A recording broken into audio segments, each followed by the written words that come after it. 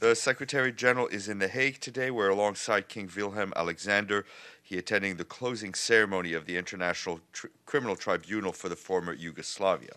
The Secretary General called the tribunal's creation in 1993 as a groundbreaking moment, and he saluted the courage of all those who came to the tribunal to guarantee that justice would be served.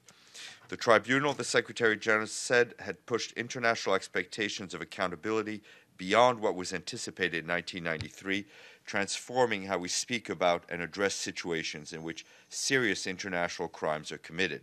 He argued that accountability has taken root in our collective consciousness.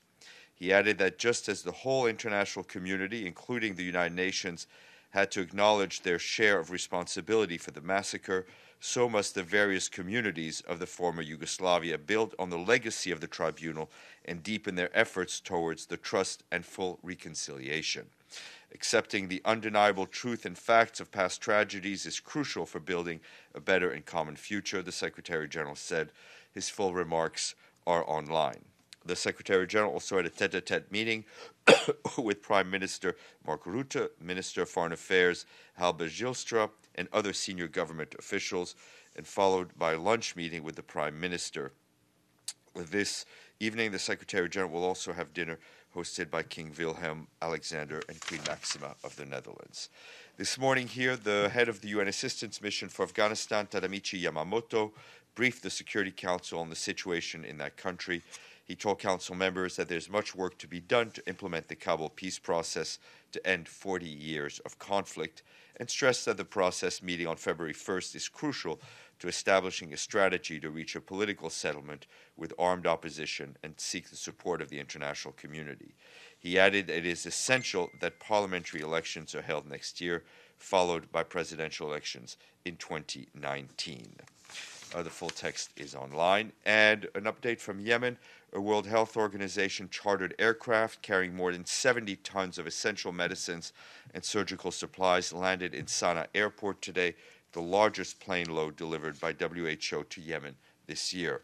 The shipment contains trauma kits sufficient to meet the needs of 2,000 patients requiring surgical care, as well as various types of rapid diagnostics and laboratory reagents to cover the urgent needs of central labs and blood banks.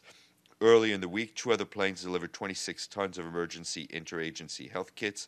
This year, WHO has provided nearly 1,500 metric tons of essential medicine and medical supplies to 96 health facilities that are struggling to keep their doors open.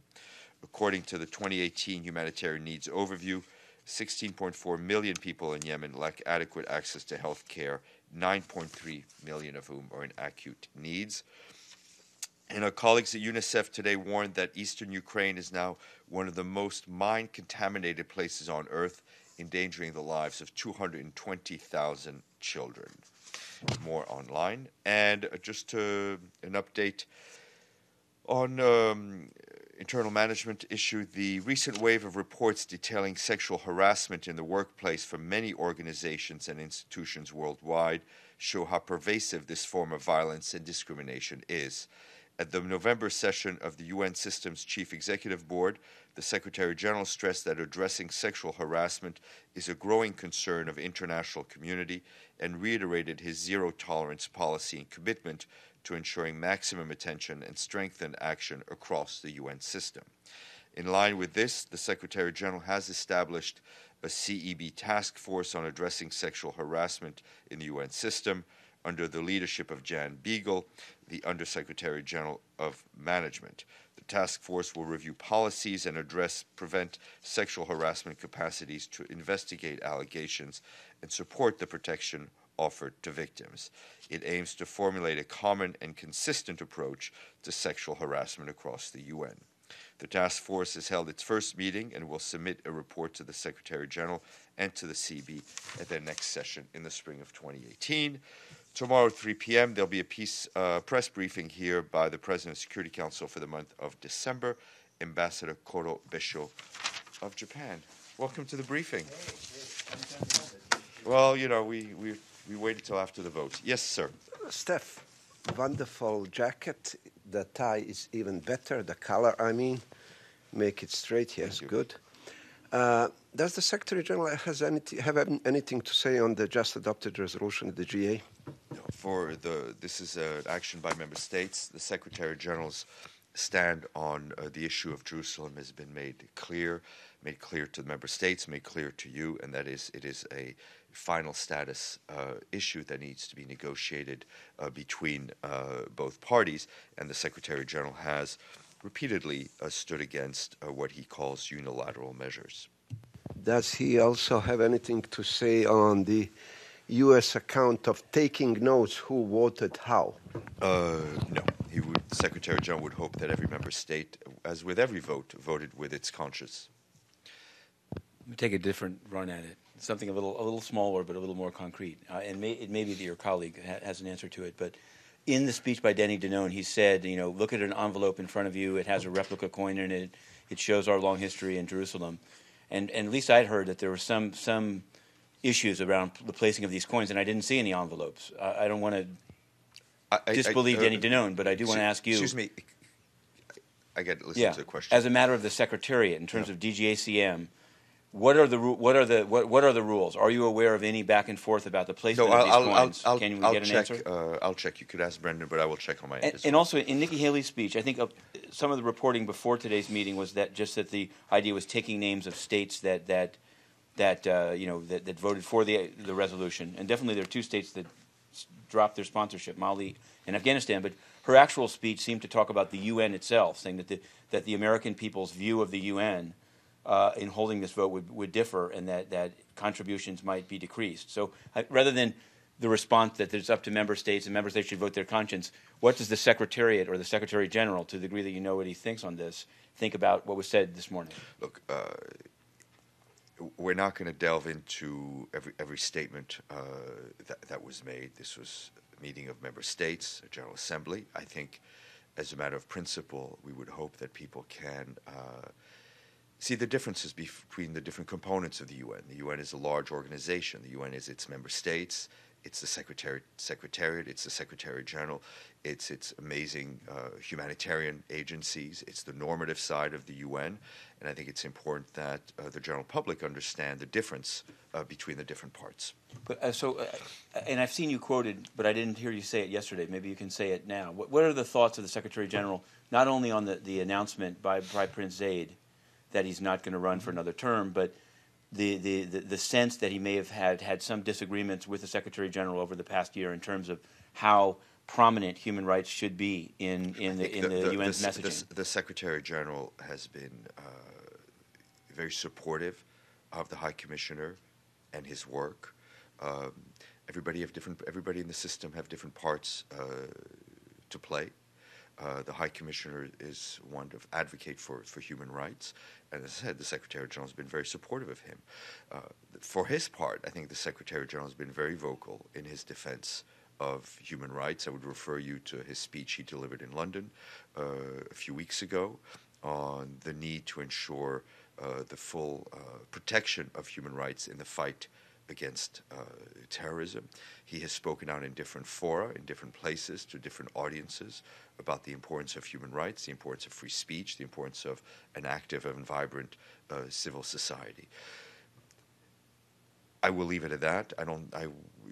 Obviously you and your colleagues are free to analyze and dissect the relationships, but that's where we stand on it. One last, just very specific on that, in the sense of that you're saying like very, very, active on human rights. Can you say a number? How many people, whether it's the Secretariat or, to your knowledge, the High Commissioner, how many people do they think have been actually civilians, have been killed in the Anglophone areas of Cameroon? The last number I heard out of the UN was 10, and media put the number much higher than that. I don't have an updated number. Okay. Errol? All right. Steph, just to follow up a little bit on that, although it was a humorous speech at the kind of speech for laughing, I would say, to make us all in great spirit at the Anka dinner, Secretary General sounded pretty disappointed, first man of the United Nations when it comes to the promoting the agenda that he was for very much in his running for the highest office here. I mean, he mentioned that he was crying together with the Jesus Christ. I mean, this is only metaphorical, but indeed, is the Secretary... It was metaphorical, just to make sure that people Of course, understand. but is the Secretary General... Here's the question. Is the Secretary General really disappointed that not too much can be moved forward when it comes to his first year in the office here? I think it's a pretty broad question. I think in terms of his reform agenda, which is what he was referring to, it's an ongoing process. You know, the latest report of the development system agenda was released to member states yesterday. It's an ongoing process in which he's involving the member states very closely, briefing them regularly and often, and he very much hopes that all that his efforts will come to fruition to really construct what will be a UN that is more fit for purpose, that is able to deliver the services and to serve the people it needs to serve. I think the Secretary General will be the first one to tell you that the world today is in a mess. And I think none of us can look around the world as it is today with the threats that we're seeing, whether it's on nuclear war, on terrorism, and on conflict, can be happy about the state of the world. Does he think that the reforms and what reforms can be done? And some of them finish he's pushing through the reform on 3 strands: management reform, peace and security architecture, and development system. So he believes that well, if he didn't believe it, he wouldn't push for it and wouldn't spend as much time on it as he has. I have a follow-up question. I'm sure you do. Okay, and it actually has. It's the first I hear of these remarks, the Jesus Christ remarks, and I remember I think on that Friday. Maybe we should 15th, not refer them as Jesus Christ remarks. Let me preempt your question, if I may. Can we get the speech released? Speech was the speech. The remarks were, in fact, he wound up not using notes. He spoke off the cuff. He talked about the need to defend and protect journalists, and he delivered what I thought was a humorous joke about the challenges not insurmountable, but the challenges of reforming the UN, and that it will take close to a miracle, but he believes in it. Let's cut forward a couple of further days. He gave a speech, and it was definitely from remarks. It was a very well thought out speech at UNICEF on the occasion of the International Day of Migration. And I didn't see it released, but I did hear him say that he opposed media that are, quote, building up market share based on, I guess he was saying, anti-immigrant sentiment or xenophobia. Mm-hmm. But what I'm just wondering is, it seems like in the past, those type of speeches... You know, I think we've moved to a thing where when he speaks off the cuff, which he was speaking off the cuff, we don't always transcribe it. I think the remarks are available on video. And also relatedly, I've seen it said that he's given his last interview of the year, but I heard that he's giving an interview in the Netherlands to state television. Can you confirm that? And is there any way we can get a transcript or a video? No, or we something? don't. I think as a matter of journalistic ethics, we don't talk about the interviews he's given beforehand, as a matter of courtesy. And obviously, when he does an interview, it will be shown. But it just seems, given that he didn't do an end of the year, I've heard you say that in the past. He was giving a press conference at the beginning of the year. Right. Which I'm sure will also cover what's happened in 2017 and what he looks forward to 2018. Thank you, Brendan. All yours.